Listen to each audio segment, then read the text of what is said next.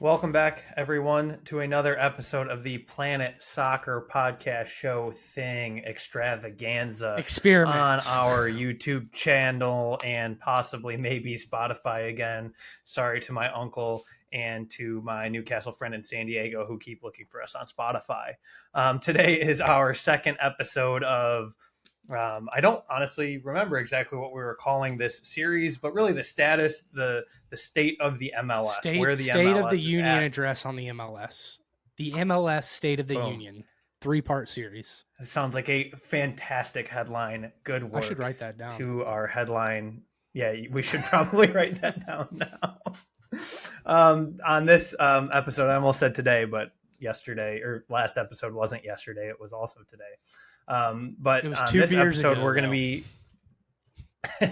we're going to be touching on and going through kind of the overall perception of the MLS, whether it be our opinion and perception, international fans, leagues, players' opinions or perceptions, and then last but certainly not least, the American opinion.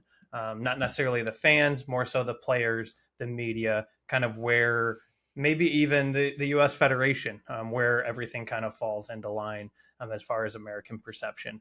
But with no further ado, I'm going to let you kind of kick us off with your opinion. Where and when did you start noticing the MLS? Where and when, if ever, did you start caring about the MLS?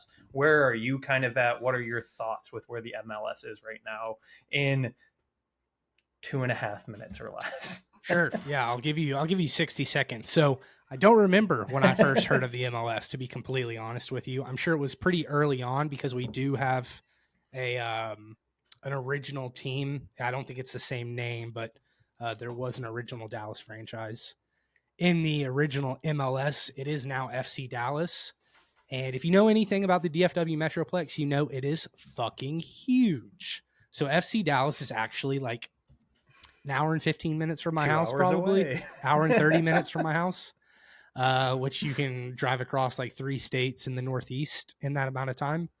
However, I have a very addictive personality. When I started watching soccer, I got very addicted. I still am because it fuels my ADD. Like there's always something. There's so many leagues, so many players, so many divisions, so many things to consume. So many Fabrizio tweets. So many Fabrizio tweets. Anyways, to get back on point, my addictive personality led me to impulse purchase season tickets for FC Dallas last year. Went to 3 games, and I did not renew this year. Although I would love to be an FC Dallas season ticket holder and go to every game. It's just not feasible. I mean, if you had traffic, it's a solid hour and 30 minutes to FC Dallas. However, I do follow the MLS standings wise. I don't pay the Apple TV subscription for it. So that's kind of my thoughts on it. My perception and kind of my view, my lens on it is I'll follow the Premier League before, after, and during the MLS 100 times out of 100 right now. And the more I think about it, the more that has to do with promotion and relegation at the core. I follow Tottenham, who's not necessarily at risk of being relegated right now. However, just the thought, chance of promotion, though. Yeah, promotion back to Europe, yeah, for sure. Just it, I don't know how to put into words what promotion and relegation creates, like as a fan subconsciously, but just the fact that like I would still follow Tottenham if they were in the championship, and I would love them all the same. I'd be pissed, and I would want to get back to the Prem, but I just can't get behind the MLS knowing that FC Dallas is always going to be there. They're always going to be in the top flight. They're going to make the playoffs most times, more times than not. And yeah, I don't know. It's a little bit boring to me. So that's my thought. I completely agree. And I think promotion relegation, when I kind of proposed this general idea, when it was just a 1 episode idea for me and it kind of flourished into a 3 episode idea, thanks to you, thankfully. That's the first thing that came to my mind is why U.S. soccer needs promotion and relegation, why it currently doesn't have promotion and relegation, and there's some very valid reasons, and what it's doing to essentially hurt the U.S. Soccer Federation in a way by not having it. But we'll save that for a little bit later in the episode. My Well, actually, that'll be part of episode 3, won't it? Where we go from here? Are we doing a little bit? We'll transition to it with later on in the episode. At the end of the episode, we're going to talk about US that shit. Ooh. US MNT players and their relationship with the MLS. We'll touch on that at the end, and that'll transition us really well into that third episode. Yeah. So I'm not going to rant like I want to right now on promotion and relegation. But for me, if you listen to our first episode of the series, which hopefully you did, if not, please go back and listen. Also, throw us a like and a subscribe. It doesn't subscribe, doesn't share, cost you follow, anything. Stitch. Just you never have to watch our videos. Just subscribe. Yeah. But my first memorable exposure to it was I was that nerdy SportsCenter kid. I would wake up Saturday morning watching SportsCenter every weekend, not watching cartoons. I didn't give a rat's behind about cartoons. I was watching SportsCenter. So my first exposure was the fantastically, horrifically awesome penalty shootout breakaway challenge thing that they did to decide games. And it was awesome. If you haven't seen it, please go look it up. I can't even fully describe it. I don't know exactly how far out they started. It's basically a breakaway, like a breakaway competition. They started at the final, probably like the final third is probably where they started it. And it was a breakaway. It was wild. It was crazy. It was fun to watch. And that was kind of my first exposure. And then honestly, that was probably like late 90s, early 2000s. I probably went 15 years without consuming an ounce of the MLS as a Michigander. There's no MLS team here. The closest teams are Chicago and a couple, or at that time, only one team in Ohio. And we hate all things Ohio, especially in Columbus. So I automatically thought I hated the Columbus Crew or whatever the heck they're called now. I just automatically hated them. So my exposure to the MLS until, like you said, really started diving into soccer since the pandemic was pretty minimal. When I really started watching, not necessarily following, but just watching more for soccer enjoyment was during that MLS's back tournament that they hosted in Florida during the pandemic. That was really cool to watch. Just at that time, just to watch sports again. It was super refreshing, and it kind of got me into it. But to be completely honest, I haven't gotten into it. And part of that is certainly, I'm sure, because, Michigan doesn't have a team. But part of it, like you said, is it doesn't seem to have the same stakes. So my perception on the MLS that's is a great growing. Word, stakes. That's the word I've been looking for. There's not a lot. Like that's why I kind of enjoy being a DCFC fan more, because the US Open Cup is maybe only one game a year if you don't win. Maybe it's only 3 but last year beat Columbus at home in a US Open Cup match. That was awesome. Yeah. That was incredible experience. That was a credible thing to be a part of and watch. And that was what's most exciting, that kind of parity that you don't normally get out of the MLS, because it's all guys that are on contracts. There's no threat of going down. So there isn't that necessarily high stakes level in the MLS. And honestly, the talent just isn't there compared to the leagues that I choose to watch either, whether it be Bundesliga, Serie A, or the Premier League. Obviously, we're a huge step below as far as talent. So my overall perception is it's growing, it's getting better, but there's still a lot of things that the MLS needs to do to become a more legitimate league globally and even nationally. I know in the last episode you mentioned it's overtaken hockey, and that surprised me, but didn't. I think the reason it surprises me is because of where I am. Yeah, for sure. In Michigan, hockey's hockey very is the be-all, regional. end-all. Yes. So it's a little weird for me to hear that, but the baseball one, oddly enough, is less weird for me to hear. I would be interested after all of these baseball rule changes. I think it has gained a little popularity because of them. So it'll be interesting to see. I do think they're kind of competing with each other at this point. They're same time of year. They're both trying to really appeal to that younger demographic, and both doing it fairly successfully at this point in time. So I think it's a really interesting MLB's time taking for a the big MLS. step forward this year. Huge step forward. They're finally marketing players properly. They're marketing their game properly. The games so it will be decreased kind of interesting. by an hour. Yeah, it seemed like soccer was on this path where it was going to blow by baseball, and now it's I still think it will pass it, especially with the 2026 World Cup, but it will be really interesting to kind of follow that summer the dog days of summer, as you put it, battle for viewership will be pretty interesting to watch. And I think attracting players like Messi and his buddies that are going to go to Miami with him is certainly interesting. But my last bit on my current perception is I will have a very hard time legitimizing the MLS when, in order to attract the elite players, every club is paying for that player. Yeah.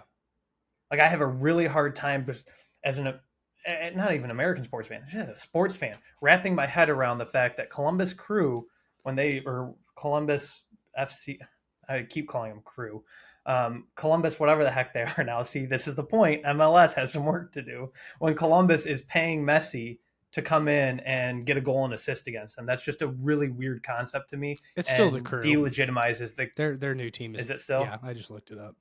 Oh, they gave it back. Okay, yeah. I wasn't sure if they moved to Austin, and then Columbus got another team also named the Crew. So that for me, that mixed with the lack of stakes, is really hard to fully legitimize it as a elite competition at this point. Yeah. But I do think the decision to have all of the clubs chipping in on Messi is a wise one. I'm not saying it's a bad move. It's just hard to, in this moment in time, legitimize it that way. But I think it will help with the growth of the league in the United States, and certainly overall help the growth of soccer in America. Yeah, we have a good friend of the podcast with a PhD in like sports economics or sport management or something, and the financials and the economic aspect of the MLS is definitely something for him to talk about, because we are not well versed in it, but we do know well enough that these big players that come over, they're not just being paid by that one club. It's a collective effort, which just feels very, very veiled to me. Non-competitive. Yeah. That's really what it comes down to me. Yeah. Moving on to the international perspective of the MLS. And we want to keep this section short because we want you guys to comment and input for our international viewers, which there are many. Shout out to our Welsh viewers. Our Welsh viewers and our Aston Villa fans. The perception of the MLS, if you could put one kind of tagline on it, is the retirement league, which that topic's been tackled recently by Garber, who is still the commissioner of the MLS, and I think still, as of 2022, at least he was. Go watch our first episode. Yep. He had a huge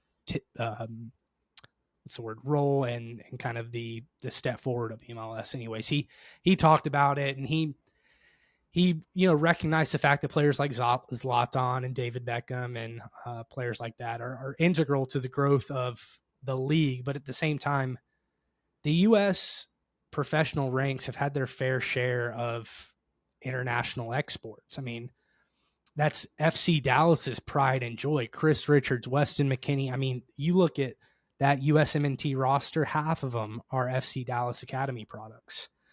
So it is and isn't a retirement league. Unfortunately, that middle ground where it comes to keeping their best players, which will never happen, is kind of where it creates the void and the respect. I guess respect is the best way to put it. The Christian Pulisics will never stay in the Premier League. The Timothy Weahs, the Chris Richards, the Yunus Musas, all those guys will never stay in the Premier League for their whole careers. They're going to be exported to Europe because that's where soccer lives. The MLS, not the Premier League. Sorry, yeah. My bad. We always talk about Premier League. I was going to let it go on the first time, and then you doubled down. I doubled down. I got to step Sorry, in. I'm a couple alcohols deep. Yeah, a lot of them end up in the Premier League. Well, now the Championship at least, but the international perception is retirement league. But that's just because I feel like international fans don't choose to dig down and look at, okay, what has the MLS actually produced? Because to give the MLS credit, it has produced its fair share of Gio Reynas and players like that. So it's not just a barren wasteland of retired players that want to bring their families over to America and live in America. It's also a relatively good producing youth academy system for European teams. So it is, in a sense, but I'll kind of play devil's advocate here. The fact that Gio Reyna was the first example, not that it's the only example, but it's the first, and I'm not trying to pick on you. It's the first example that popped into your head. And that's one of the best examples we have. And he's not an everyday starter for the number 2 team in the Bundesliga. Yeah. Well, he could be if he would like stay one of our healthy. best. Well, possibly and probably, but his he goals isn't. per 90 is insane. Insane. Or his goal contributions per 90 is insane. Goal contribution, yeah.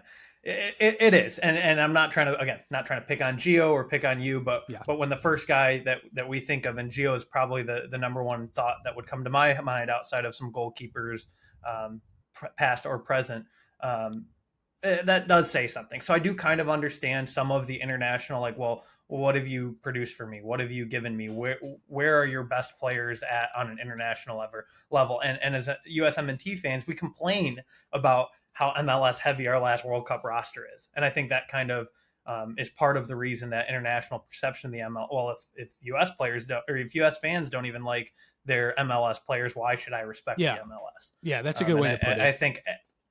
I think, like you said, though, I do think it will be a severe uphill battle for the MLS to ever keep somebody like a Gio Reyna or even an Aronson or even a younger Aronson around when that European attraction is still there and that development on an international level is offered elsewhere that we're not seeing in the MLS. So I do think that is a massive hill to climb for the MLS, and it's something I think that, obviously by signing Messi, albeit at the back end of his career, I don't even think many Messi detractors would deny that he is at minimum, a top 20 player in the world right now, right? I mean, I think every single Big 5 league team would be clamoring to have Messi come and play for them. So it's not that he's completely at the back end of his career. It's not that, Beckham was completely at the back end of his career. Guys like Gareth Bale, probably a little closer. Zlatan, certainly a lot closer. Yeah. But there has been at times some attraction. And Beckham, his draw was certainly integral in the growth of the MLS, but it wasn't necessarily integral in the growth of international respect for the MLS. And I think that's where Messi kind of has an opportunity, if he is able to bring some of his buddies over, to kind of change that perception internationally. At least I hope. Yeah, and then you get Suarez's kids and Messi's kids and them growing up with dual citizenship, and they pull a Balogun, and here we go. I saw a tweet that technically Cristiano has a kid born in the U.S. and Messi will likely have a kid born in the U.S. So there's a world where in 20 years we'll have a World Cup roster that has a son of Messi and son of Ronaldo, which, if nothing else, that's awesome from a U.S. perspective. That we'll even be able to viably like recruit them. Like the Balogun recruitment was insane, and that was a guy who was born in New York to some internet. Like that was a whole weird situation. And we might have that on an even grander scale in 20 or 30 years. And that's looking way down the road for international perspective. But that is a little exciting that some of these guys that are choosing to use it as a retirement league are having families here. And maybe we can snag an international player or two out of it. I'm going to leave you with two things on the international perspective of the MLS. The first thing is, minus the inability to play in the UEFA Champions League as it stands right now, there's no reason the MLS can't be on par with the Portuguese League or the Austrian League, who have both, history aside, both have had the quality to make the knockout rounds of the Champions League. The US can produce those types of players before they go on to Europe to be that quality. Go ahead. The only thing that is keeping us from having teams on that level, though, is our current system. Yes. Our current system of leagues, which we'll talk about in the next co-signing episode. Player, right? Leagues co-signing players. Like, it makes it very hard to have one team. Like, that's why, you got the Red Bull side and Salzburg in the Austrian league and Porto and Lisbon and the Portuguese league. That's what's kind of keeping us from having single teams that could potentially compete on that international level. Yeah. because right now we're trying to make it even and happy, and everybody gets a chance to an extent. And that's one thing. That's that, not how again, those other leagues as grew. They didn't make it even for everybody. They didn't make it fair. right, And that's why they are where they are. and we kind of touched on that earlier in this episode. Even like that is one of the things that for me delegitimizes the league, and I think internationally that's why that perspective is there too. Yeah. The second thing that I'll leave you with as we move on to the player perception is the U.S. I mean, Liga MX has dominated the CONCACAF Champions League for forever. The U.S. this past year finally had a winner of the CONCACAF Champions League in Seattle Sounders.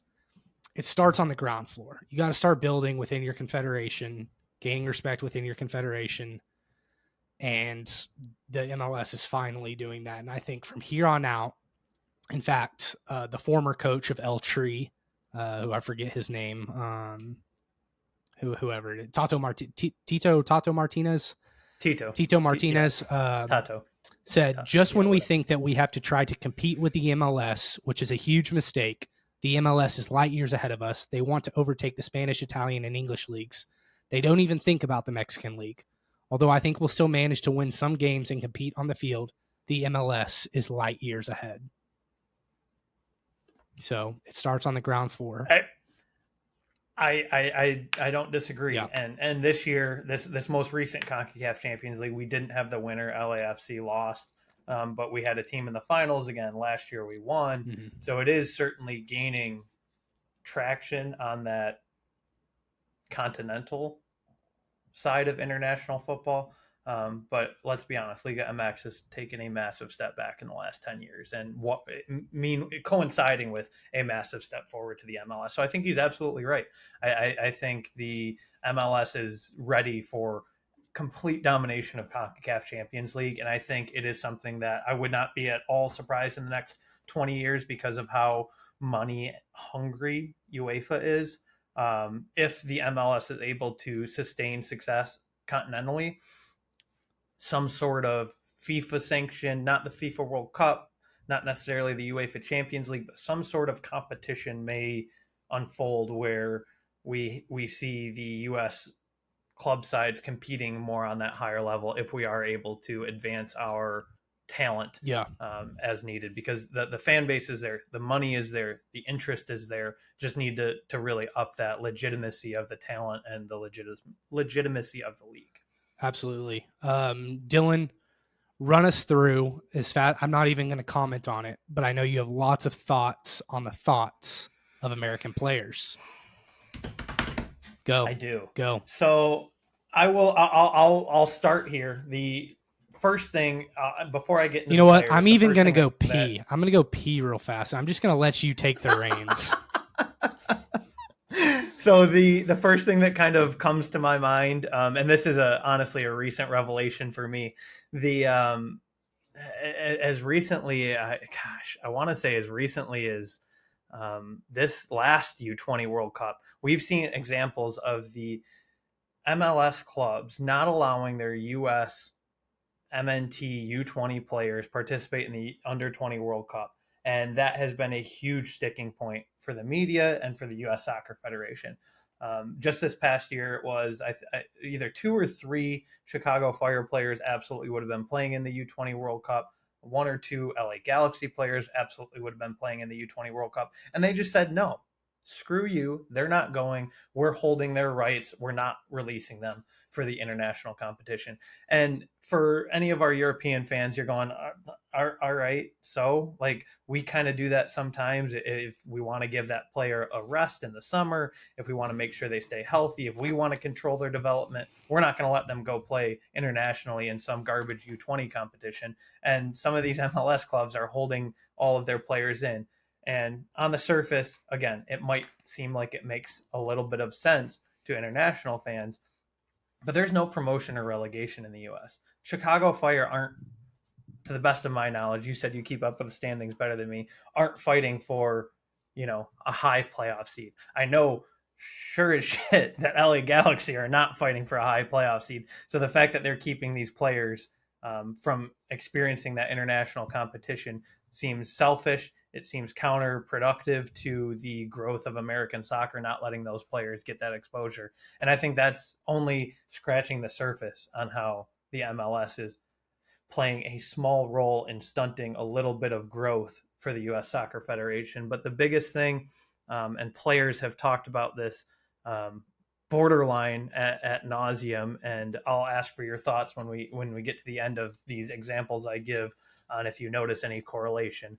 But we've had Reggie Cannon and Luca De La Torre in the last 3 months, I want to say, come out and publicly talk about how subpar the lack of promotion and relegation really makes the MLS.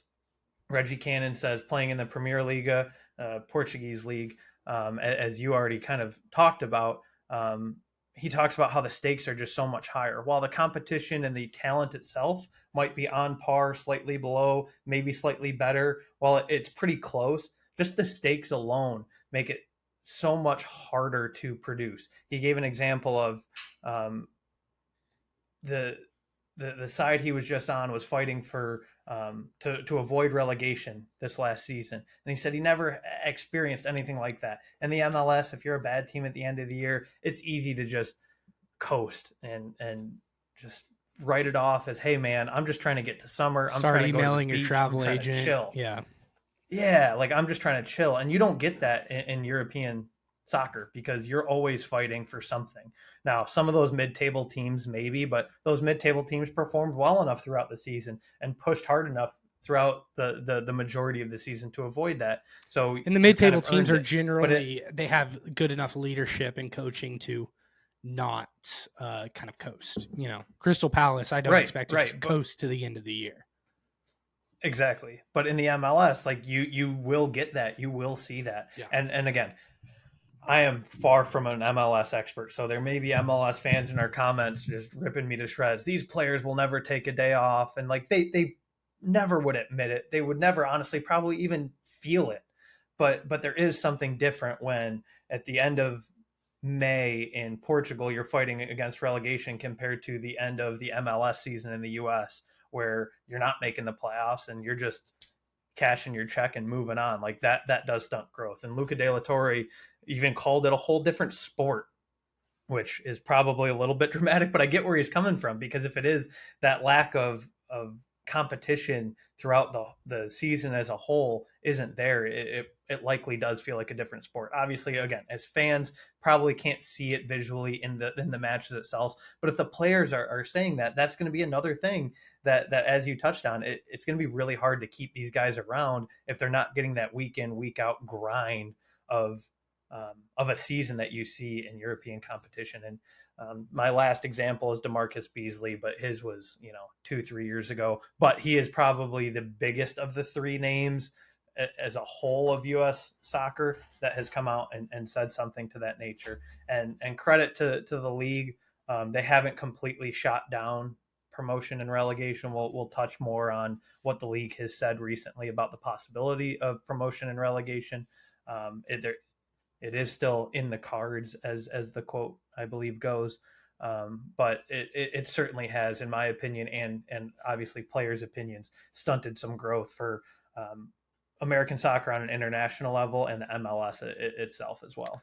Definitely. My only thought on this, really, having missed half of what you said, is I think of it like a buddy of mine said once. We were playing summer baseball, just travel ball. And his team came off of winning a state championship at a pretty high level in Texas. And he sucked for the first half of that summer. He's probably the best player on our team. And he sucked. And he just said, look, I'm coming in from playing 5 state playoff games with 6,000 people there. I'm trying to win for my school in front of all the girls and my friends. Right. And it's just not the same when I come and play travel ball in front of all of our parents at some bumfuck city in Texas. You look at, I think Busio is a good and a bad example. He's, in 3 matches, like 2 goals and an assist.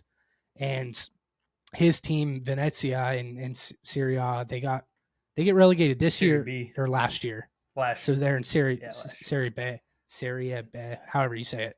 but like Yeah. he's used to fighting for that, the status in Serie A, and he's used to the rabid fan bases of Italy and the pressure of him to produce to get the team back up. And you look at Yunus Musa and guys like Tyler Adams and Brendan Aronson with Leeds. Tyler Adams was hurt for a lot of the year, but just guys like that, they come from the MLS to Europe and then they come back and play for the US. And it's got to be like a weird vibey thing, which until the MLS really creates that sense of urgency and that, what's the word you use that you stakes. Create stakes, create implications for poor performance when it comes to the end of the season. And I think until that happens, then you're still just going to get the MLS. It's going to be like only half a season of development for a lot of these guys because they're going to get to the second half of the season and there's just no way they're going to make the playoffs, but they're also not going to get relegated. So it's like, who cares? And I think specifically to Busio, you see that in the Gold Cup in those performances you're talking about. Like the Gold Cup isn't the stakes that it used to be for the U.S. because we have kind of advanced a little bit past it. However, it is now his time to shine, and he's ready and fully able to give it his all because he has had that experience in Europe, and that's something that he didn't get at Sporting KC. And as much as Sporting KC fans are rabid and they're even having a bit of a down year, they are still a great fan base. Not trying to discount the Sporting KC fan base, but it is just different. Like just having excited fans doesn't make all of it. Yeah. It doesn't, when you don't have those stakes at hand, it doesn't quite match the level of even Serie B in Italy. It's just not quite the same in that pressure that you feel as a player, I'm sure. Yeah, agreed. Does that cover pretty much the perception of the MLS? Yeah. It's a big topic, guys. So we could go on and on. I think we did pretty good keeping it at around 30 minutes. And we will go on and on in the next one about promotion and relegation. We will. And what the MLS has to do differently. Yeah. We appreciate y'all watching as always.